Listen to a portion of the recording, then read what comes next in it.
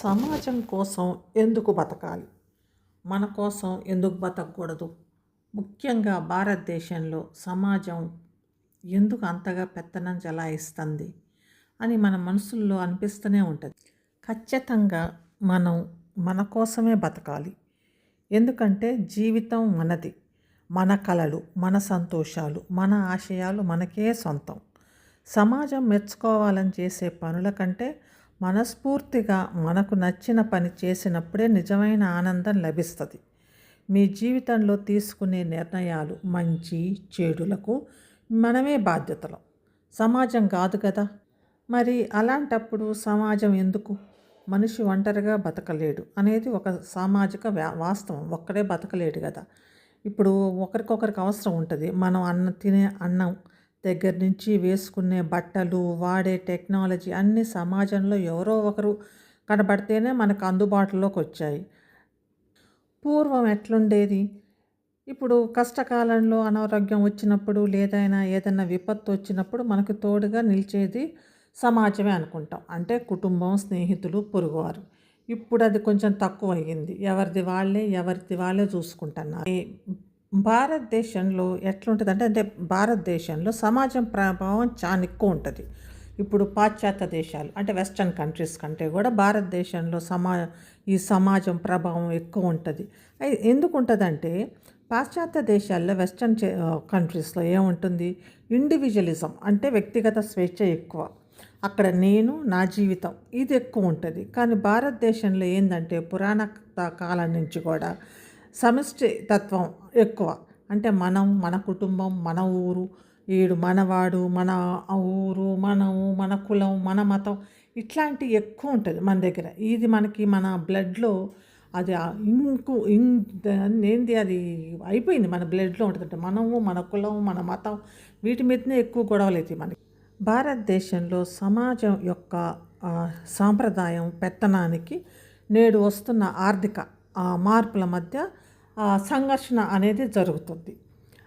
ఎందుకంటే ఇప్పుడు ఎట్లా ఉండేది? భారతదేశంలో పురాతనం కాలం నుండి కూడా నేను కంటే మనం, అంటే మన కుటుంబం, మన సమాజం, మన కులం, మన మతం అనే భావన బలంగా ఉంది. ప్రతి నిర్ణయం అంటే చదువులో, పెళ్ళిలో సమాజం అందరూ మెచ్చేలాగా ఉండాలా అన్నట్టు ఉండేది.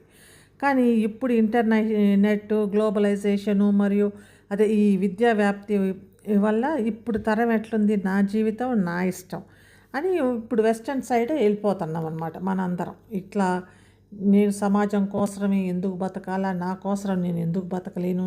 నా కోసం నేను పూర్వం ఎట్లుండేది? నలుగురు ఏమనుకుంటారు? మేము ఇట్లా వెళ్ళిపోతే ఆ అమ్మాయి లవ్ మ్యారేజ్ చేసుకుంది అంటే అదొక పెద్ద పాపం, తప్పు. అమ్మాయి ఎవరితోటైనా ఇష్టపడి వెళ్ళిపోతే అదొక తప్పు, పాపం, ఘోరమైన నేరం. ఆ శిక్ష ఇంకా విపరీతమైన శిక్ష. అది కులం తప్పి వేరే కులం చేసుకున్నా కూడా అదొక పెద్ద ఘోరం. ఇప్పుడు కొంచెం మార్పు వస్తుంది. కాకపోతే ఇంకా మార్పు రావాలి. ఇంకొక 10 ఏళ్ళ తర్వాత ఇదంతా పోతుండొచ్చు. కానీ ఈ మార్పు ఇంకా ఎప్పుడు మార్పు వస్తుందో తెలియదు. ఒకప్పుడు సమాజం అంతా ఇంకా వెలివేసేదన్నమాట.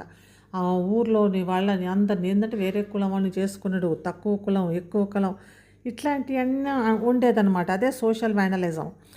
అదే సమాజమే మనుషుల్ని శాసించేది. ఇప్పుడు ఏమవుతుంది? ఆర్థిక స్వతంత్రం పెరగడం వల్ల ఆ భయం తగ్గుతుంది. సొంతంగా సంపాదించుకుంటున్నారు యువత. నాకు ఆర్థికంగా, మానసికంగా సంతోషం ఏది ఇస్తుందో అదే నేను చేస్తా, అంతవరకే. కానీ నేను సమాజం కోసం వాళ్ళు ఇట్లా చెప్పారు, వాళ్ళ చీర ఏముంది, వీళ్ళది. ఇప్పుడు కొన్ని అట్లనే ఉన్నారండి. కొంతమంది అయితే ఇంకా అట్లనే ఉన్నారు. ఆమె చీర అట్లుంది, ఆమె ఇది ఎట్లుంది, ఆమె ఇట్లా అట్లా అని. కాకపోతే మంచిగా ఉంటే బాగానే ఉంటుంది. చెడు అయితే కనుక ఏమన్నా కొంచెం సమాజం స్ట్రిక్ట్లో ఉంది కాబట్టి ఆ చెడుని సమాజం కంట్రోల్ చేస్తే మంచిగానే ఉంటుంది. కానీ మార్పుని మాత్రం సమాజం కంట్రోల్లో ఉండకూడదు. ఆమె చేసింది ఇంకా మెచ్చుకోవాలి. పూర్వం ఎట్లుండేది? అంత ఉమ్మడి కుటుంబాల ఉండేది. పెద్దవాళ్ళు, ఇంటికి పెద్దోళ్ళు అని ఉండేవాళ్ళు. పొరుగువారు బాగా నిఘా పెడుతుండేవాళ్ళు అనమాట. మన ఇంటి మీద వాళ్ళు, వాళ్ళ ఇంటి మీద వాళ్ళు, వాళ్ళ ఇంట్లో ఏమవుతుంది, వాళ్ళ జీవితాలు ఎక్కువ అని. ఇప్పుడు ఉద్యోగాలు, వ్యాపారాలు, నగరాల్లో చిన్న చిన్న కుటుంబాలు అయిపోయాయి. దీనివల్ల నిత్యం సమాజానికి జవాబు చెప్పుకోవాల్సిన అవసరం తప్పిందనమాట. వ్యక్తిగత నిర్ణయాలు తీసుకునేది మన ఇష్టం వచ్చినట్టు మన ఇష్టం వచ్చిన నిర్ణయాలు తీసుకోవచ్చు. అట్లా అవుతుంది. కానీ ఇంకా ఒక టైం పట్టిద్ది ఇంకా మార్పుకి. కానీ ఇంకా మారాలి ప్రపంచం జనాలు కూడా. ఇక్కడ ఇప్పుడైతే మార్పు చాలా వేగంగానే ఉంది. ఎవరి పనిలో వాళ్ళు బిజీగా ఉండటం వల్ల పక్కింటి వారి వ్యక్తిగత విషయాలపై పెత్తనం జలాయించే తీరిక, ఓపిక లేదు. ఇప్పుడు పక్కింటి వాళ్ళ వ్యక్తిగత విషయాల మీద ఎందుకు ఎక్కువ పెత్తనం జలాయించేవాళ్ళంటే, అప్పుడేమో ఖాళీగా ఉండేది బ్రెయిన్. ఇప్పుడేమో ప్రతి ఒక్కరు బిజీ అయిపోతున్నారు. ఎవరి జీవితాలు వాళ్ళయి, ఎవరి పనులు వాళ్ళయి. కానీ ఇప్పటికి కూడా గ్రామాల్లో పాత సామాజిక కనే ఉన్నారు. అదే సమాజం అట్లనే సాంప్రదాయాలు. అయితే అక్కడ ఇప్పుడు కొంచెం స్మార్ట్ ఫోన్లు వచ్చేసి ఇట్లాంటి విద్య కూడా కొంచెం ఎక్కువనే వచ్చేసి స్మార్ట్ ఫోన్ల మీద ఎక్కువ దృష్టి పెట్టేసి ఎవడు ఎటుపోతే ఏముంది ఇందులో ఉంది కదా అని ఈ ఫోన్లలో ఉంటున్నారు. కాబట్టి కొద్దిగా తగ్గింది. వేరే వాళ్ళ మీద ఎంతసేపటికి మంది మీద చూసి వారవలేనితనాలు ఇట్లాంటివి కొన్ని ఉంటున్నాయి. ఇప్పుడు ఇంకా ఉన్నాయి, కానీ అవి ఎప్పుడు మారుతాయో. అయితే ఇక్కడ ఏంది, ఇంకా భారతదేశంలో ఉంది కానీ పూర్తిగా అంతరించలేదు. అలాగని పాతకాలం పెత్తనం చలాయించట్లేదు. అయితే ఇప్పుడు కష్ట సుఖాల్లో తోడు ఉంటారని పండగలు, పబ్బాలు సమాజం కావాలి. కానీ మన పండగలకి, పబ్బాలకి సమాజం కావాలి, అంత గ్యాదరింగ్స్ అట్లా కావాలి. కానీ మన వ్యక్తిగత జీవితం, మన కెరియరు, మన సంతోషాల విషయం మాత్రం నిర్ణయం మనదే అయి ఉండాలి. సమాజం మీద వాళ్ళేమనుకుంటారు, వీళ్ళేమనుకుంటారని అనుకోకూడదు. మన జీవితం, మన నిర్ణయాలు మనం అంతే. ఎట్లుంటుందంటే ఇక్కడ అమ్మాయి విడాకులు తీసుకుంది, పెళ్ళి వెనకట అట్లనే ఉండేది కదా. భర్త చచ్చిపోతే ఇంట్లో అది ఉండాలి, ఇట్లుండాలి, ఏ మగవాళ్ళతో మాట్లాడకూడదు. ఇప్పుడు విడాకులు తీసుకుందంటే ఇప్పుడు చాలా అవుతున్నాయి డివోర్స్. ఇప్పుడు అది డివోర్స్ కేసులో ఈయనేంది ఒక్కరే ఉంటున్నాడు, అమ్మాయి ఒక్కటే ఉంటే అమ్మాయి ఏంది ఒక్కటే ఉంటుంది, పిల్లలు లేరా, భర్త ఏడి అని అదొక హెడేకు.